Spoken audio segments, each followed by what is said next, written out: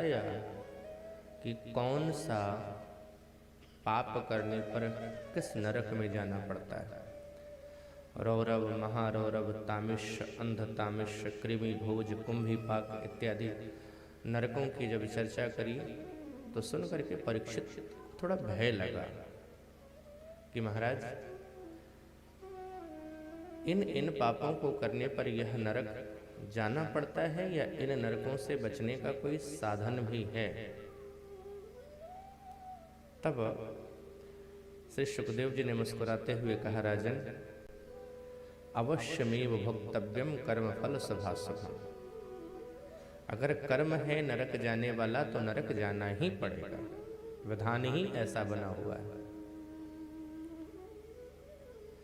हम जीवन में जब पाप करते हैं तो कुछ पाप हमारे जानबूझ करके होते हैं और कुछ पाप अनजाने में हो जाते हैं, पर शास्त्र के दृष्टिकोण से वो अपराध है।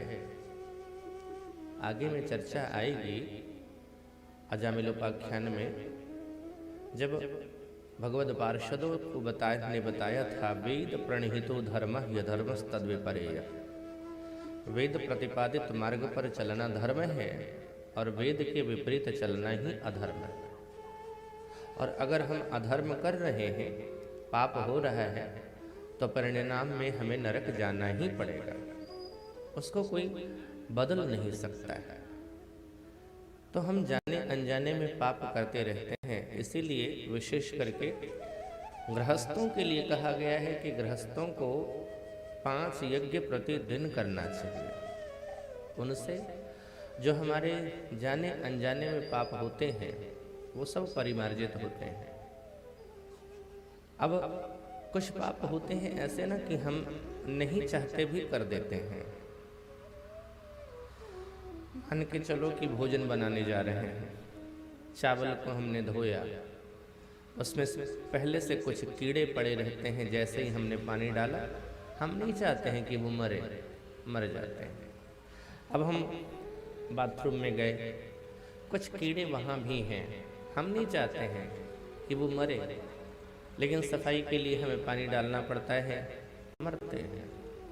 घर में प्रकाश जलाई हमने, जब लाइट जलाई, बहुत सारे कीड़े आते हैं, मरते हैं, हमारे पैर के नीचे भी आते हैं, चींटियाँ भी आती हैं। हम यहाँ तक कि अगर घर से कथा स्थल तक आ रहे हैं कथा सुनने के लिए ना, जरूरी नहीं कि धर्म हुआ होगा। क्या गारंटी है कि कोई चींटी हमारे पैरों के नीचे नहीं आई होगी, मरे हैं। तो ये सारे अनजान अपराध हैं, हम नहीं चाहते हैं फिर भी हो जाते हैं। तो इसीलिए 5 यज्ञ की परंपरा रखी गई है कि प्रत्येक गृहस्थ को 5 यज्ञ प्रतिदिन करना चाहिए। 5 कर्म।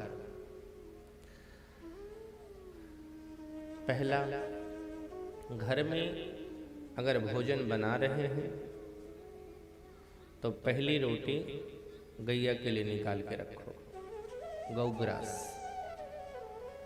एक रोटी पहले माताएं, आपने देखा होगा माताएं ये काम करती थी, जो उम्र की हैं, वृद्ध हैं।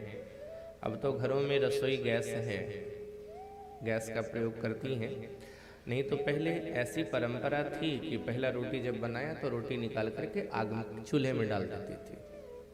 वो अग्नि को समर्पित होता है, वो भी यज्ञ है। तो अग्नि के लिए एक रोटी, गाय के लिए एक रोटी। इसके साथ साथ छतों पर पक्षियों के लिए दाने डालना प्रतिदिन डालना चाहिए। उनके लिए गर्मियों में या अन्य समय में भी जल की व्यवस्था कर देना।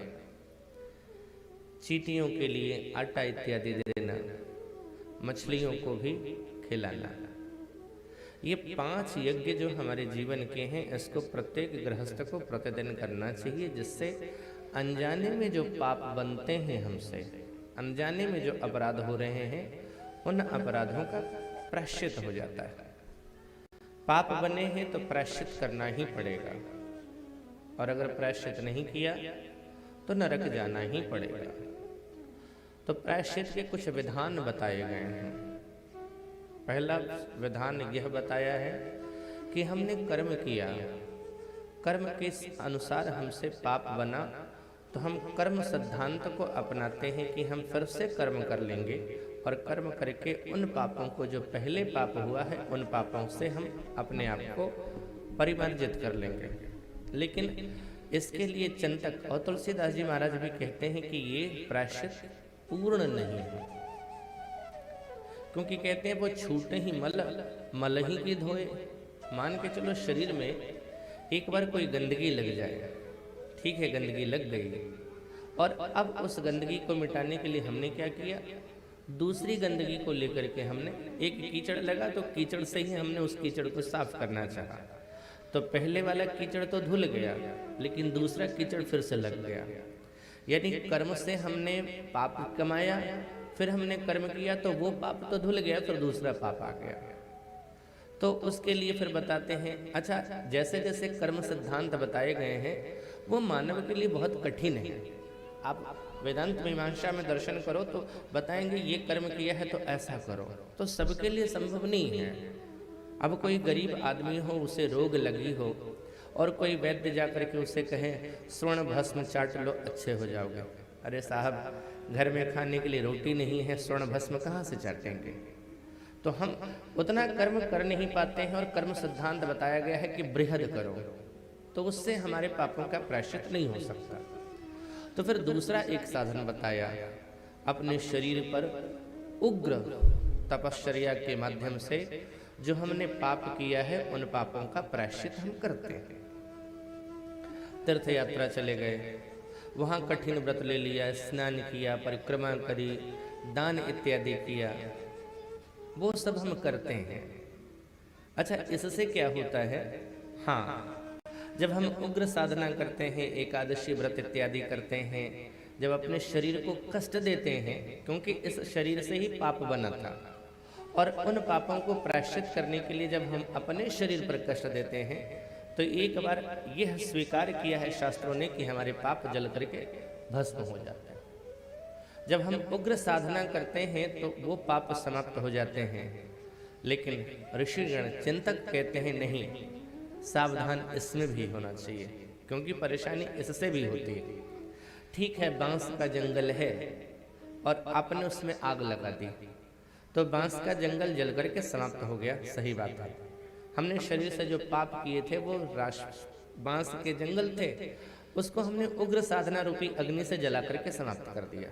ठीक है, जल गया वो जंगल, लेकिन क्या जरूरी है कि फिर से वो पेड़ नहीं निकलेंगे?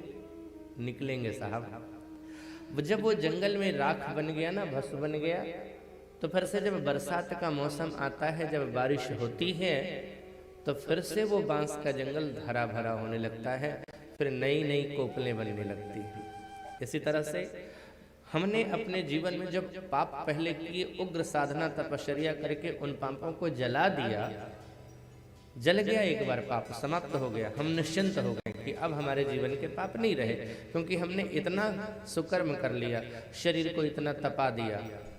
परंतु सावधान, समय आने पर वासना का बादल फिर मंडराएगा, इच्छाओं के बादल फिर आएंगे, और जब इस बार इच्छाओं के बादल आएंगे ना, तो इच्छा को पूर्ति करने के लिए हमें फिर से पाप करना पड़ता है। इच्छा की पूर्ति करने के लिए हम पाप करेंगे, और इस बार और सावधानी पूर्वक पाप करेंगे, तो पहले वाले जंगल से ज्यादा भयंकर जंगल निकलेगा। तो ये दूसरा मार्ग भी नहीं कहा सही। फिर एक तीसरा मार्ग कहते हैं कि पाप अगर बना है तो वो तीसरा एक मार्ग है भगवान का नाम। भगवान के नाम में वो प्रभाव है कि जिसने जाप कर लिया उसके जीवन का पाप समाप्त हो जाता है।